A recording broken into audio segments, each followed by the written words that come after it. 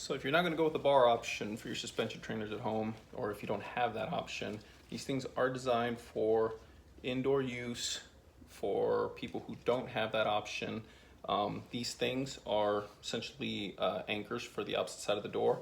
All you do is you throw them over the top, shut the door. I recommend that you do it on the side that the door closes to.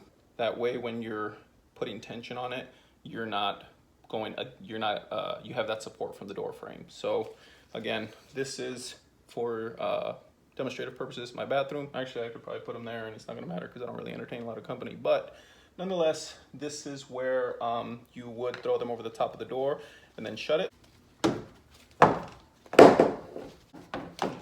So I've thrown them over the top, shut the door here. Okay, now just a little bit of tension. Now they're good. Now, these are obviously not meant to do pull-ups on. These are just tension points for relative amounts of your body weight. It's not meant to hold your body. Well, these straps are actually pretty heavy duty. You could probably hang from these if you wanted to, but your door was not built for that unless you have some kind of, you know, crazy solid wood door. But I live in an apartment, everything is built to be replaced, so that's what I have. But again, this should give you enough tension to create the angles that you need for your suspension trainers. You just have to make sure that they're of even length, which I will show you. As you can see, these are really, really long, so you have to adjust them once you have them anchored in. You're not going to get the benefit of all the length that it can provide, but it's adjustable, and you can and should obviously make sure that they are of proper length, which is going to be different for everybody, and it may even likely vary from exercise to exercise. There's some that you might need more slack. So it's got this buckle that you can push and get slack from the longer strap. It's got this thing that clips the slack onto the strap itself so that whenever you're not using it, it's not just dangling. Sometimes it works better than other times, but at the very least you've got some options. If you find a position that you know you're going to always use, you can probably like safety pin it or something. It doesn't really bother me whenever it's like this, but everybody's different. If you're OCD or just have a thing that bothers you, you can again fasten it with something. So to better show you, I'm gonna take this off of here. And again, this is just a buckle. You just push it and it releases. So you wanna push that buckle and get it to wherever you think, maybe some trial and error, get it to the length that you think is gonna be appropriate for whatever it is that you're doing. You know, if you don't have a bar, it's gonna be a little trial and error. But for this is likely, let's see, for me, I can probably have it about right there for everything I wanna do. And then I'll fasten it back on. Again, all the excess slack can be managed by tying this or clipping this on. And again, it may vary. What I'm noticing now though is that this part here that has the extra material for some images that they sewed on and their logo, looks like if I put it over it, it might actually hold better, or even past it, I should say. Looks like I might even have the option to put it on the other side if I get it high enough. Maybe not. No, that's about as high as it goes, but it'll keep the slack off of there. So some different types of suspension trainers have like different clipping points that you can secure to, so that way you know you're always even on these. It can be a little tedious, but it's really not that difficult to find the same length. So again, I'm going to remove this, pull this taut, and here you just kind of eyeball it. So right now that looks like it's a little past where the other one that I put up is, so I'll just line it up ever so slightly. And honestly, it just depends on your sensitivity to feeling the uneven lengths. But that looks pretty good to me. Again, secure it at the top, and then you're good to go.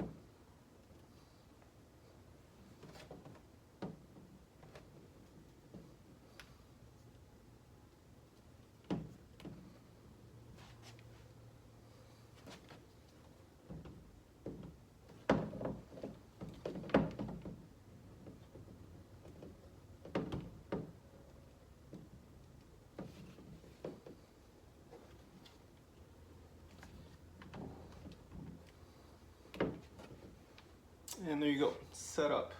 What I noticed is that on the other side of the material with the images is that it's actually thicker above it, because that's where the loop is. If you were to use the bar, it has it's got two layers so that it can kind of thread around or thread through itself. So it does have a little bit extra layer there, so making it easier for it to stick. Now, I love suspension trainers. They are an amazing tool, not even for like just beginners or people who don't have many options. You can use these at a commercial gym. A lot of gyms have them. They'll have like a TRX, if you will. But these are an amazing tool that have a lot of great pros. There are a few cons. One of them being that whenever you don't have a bar, it does kind of limit some of the range that you can get or some of the angles that you can get, but you'll figure out what works best for you. A lot of times people don't need a whole lot of angle. And if you do need more tension, you can kind of challenge that angle a little bit more by walking closer. I think once you start doing that, depending on how heavy you are, how weak or strong your door is, it may create a problem. I have yet to have a problem with it. I weigh 215 pounds, but everybody's different, everybody's situation is different, so just be mindful of that. So as I said, you can create great angles with this, maybe not the same as the bar. With the bar, you can get right under the bar and do a horizontal row, fighting gravity with your chest to the sky. Here, you gotta create an angle, but still a great exercise, still a great workout. So I'm gonna show you real quick. First of all, I put tension here, and obviously the first thing I'm listening for is any kind of creaks, any kind of give. My doors are pretty good, they're relatively new, so I don't think that'll be a problem. And I've got pretty good tension here, okay? I'm holding strong, the door isn't doing anything, doing my extension on my row, bringing it right back in, and this is really, really great. This right here, if you don't have a pull-up bar, if you don't have dumbbells for rows, this is a great option. You can even do rear shoulder stuff. I mean, it's pretty versatile tool. The other thing you can do, single joint stuff. Even though I have dumbbells, selectorized dumbbells, things like that, these are still something that I incorporate pretty often. Curls.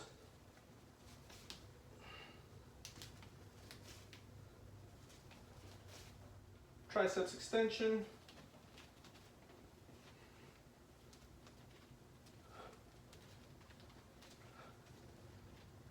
Even single arm versions of this.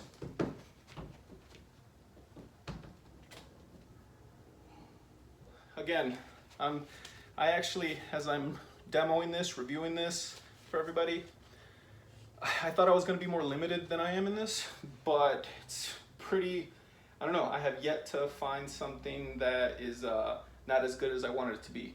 Although I do still have the rollouts. The rollouts, especially on the suspension trainer, in place of like the ab wheel rollout, is always a really great option. But some people, may think that it's not enough, intensity if they're used to the ab wheel, which I get.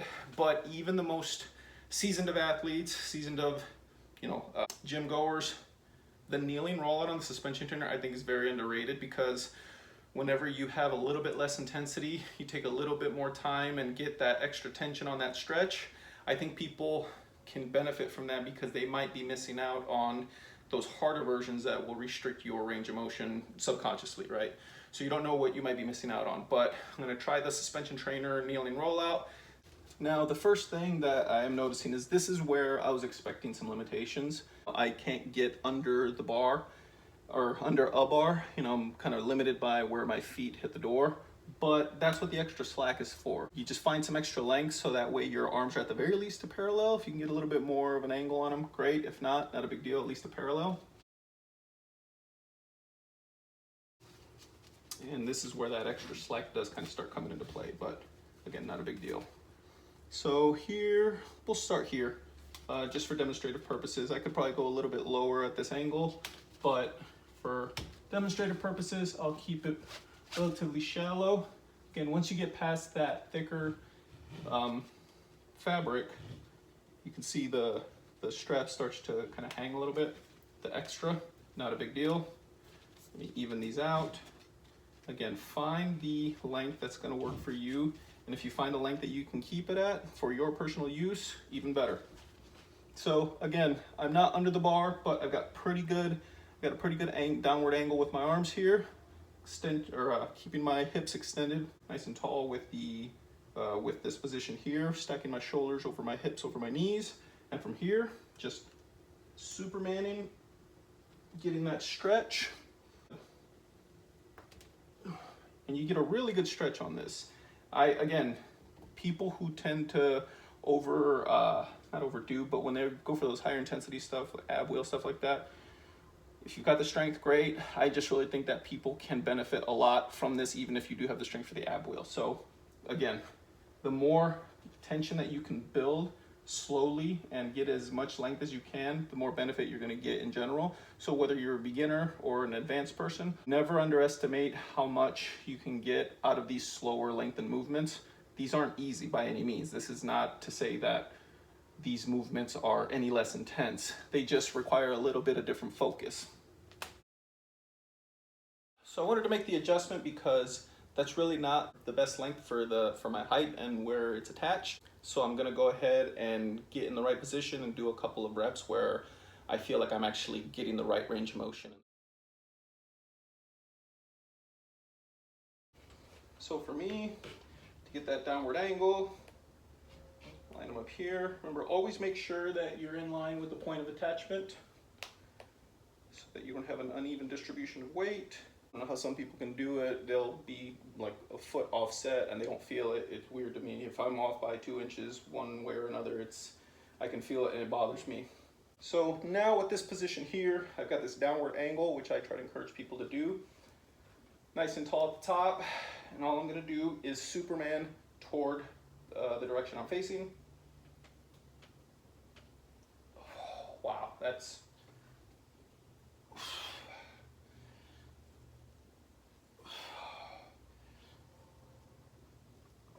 is an example of setting up your suspension trainer in a doorway. Again, I thought I was going to be more limited than I expected to. It definitely doesn't feel as strong as it would with like a pull-up bar or something that you're attached to, or the pipe system that I'm going to be mounting in my apartment. But you're really not you're not missing out on a whole lot. And for the average person, like I'm relatively advanced when it comes to some of these exercises, so I'm always searching for a little bit more, or the optimal amount of tension. But even then, it takes that level of experience to be ready for that anyway. I just know my body a little bit more than the person who hasn't been in the gym as long as I have. But you're really not going to miss out on a lot if you're doing some basic body weight stuff. And again, even some of the most experienced people can get a whole lot out of this.